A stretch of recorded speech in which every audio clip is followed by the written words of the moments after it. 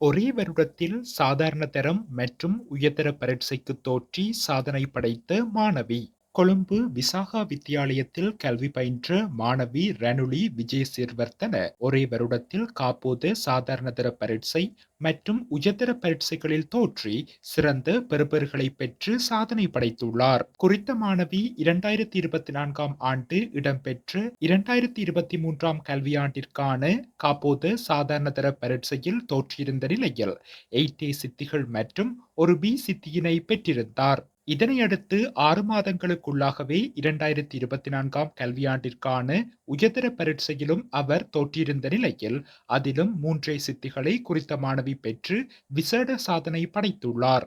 ஒரு குறிப்பிட்ட வயதுக்குட்பட்ட மாணவர்கள் பாடசாலை பரீட்சார்த்தியாக உயர்தர பரீட்சை எழுத அனுமதிக்கப்படாததால் அவர் முறையான பாடசாலை கல்வியில் இருந்து விலகி ஒரு தனியார் பரீட்சார்த்தியாக பரீட்சைக்கு தோற்றியுள்ளார்.